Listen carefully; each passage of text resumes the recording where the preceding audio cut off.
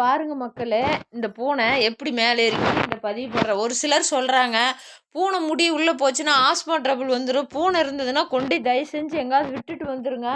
பூனை வளர்த்தாதீங்க, குழந்தைங்க இருக்கிற இடத்துல பூனை வளர்த்தாதீங்க, பெட்டெல்லாம் பூனை முடி அப்படிங்கிறாங்க. ஆனால் சத்தியமாக சொல்கிறேங்க, நான் சின்ன வயசில் எங்கள் அம்மாவெல்லாம் வளர்த்தி எனக்கு பூனை வளர்த்துனதுனால தான் எனக்கு அந்த பூனை மேலே ஒரு பாச அன்பு வருதுங்க. அந்த முடி பற்றியெல்லாம் நான் யோசிக்கல. சரி, நான் பூனை வளர்த்தாதவங்க வீட்டில் யாருக்குமே ஆஸ்மா ட்ரபிள் வரலைங்களா? ஆஸ்மா இல்லைங்களா? சொல்லுங்கள். நான் கேட்குறதுக்கு பதில் சொல்லுங்கள். அவங்க வீட்டில் பூனை இருக்காது, நாய் இருக்காது, ஆனால் அவங்களுக்கு ஆஸ்மா ட்ரபிள் இருக்கும், டஸ்ட் அலர்ஜி அப்படிம்பாங்க.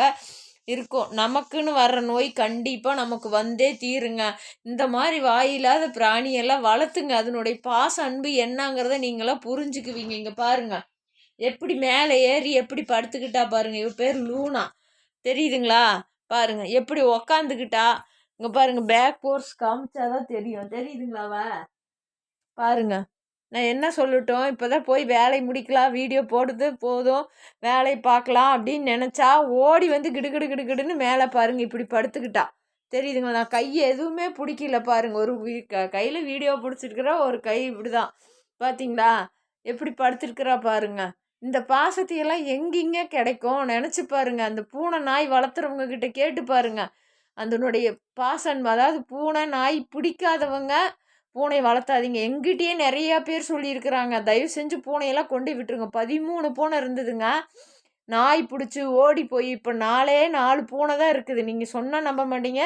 யார் பூனை வேண்டாம் கொண்டு விட்டுடுங்க, வளர்த்தாதீங்க அப்படின்னு சொன்னாங்களோ அவங்க கண்ணு பட்டாப்பிள்ளைங்க.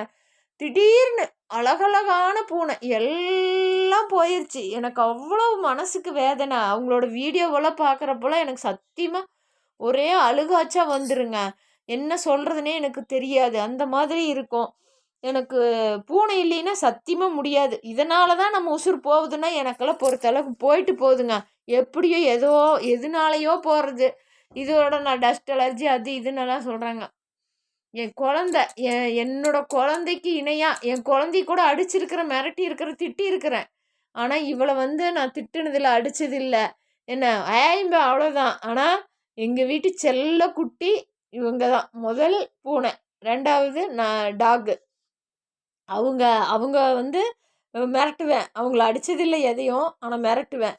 ஆனால் இவங்க ரொம்ப எங்கள் வீட்டில் செல்லம். இங்கே உள்ளூனா காட்டு மூஞ்சி ஃபேஸை காட்டிரு, நம்ம பாய் சொல்லலாம். மூஞ்ச ஃபேஸை மட்டும் காட்டு, அவங்களுக்கு பாய் சொல்லு. இங்கே பாருறா, பாரு, கொண்டு பாலத்தில் விட்டாங்க குட்டியில். இங்கே பாருங்க இவளை, இப்போ பாருங்க அவள் ஃபேஸ் தெரியுதுங்களா?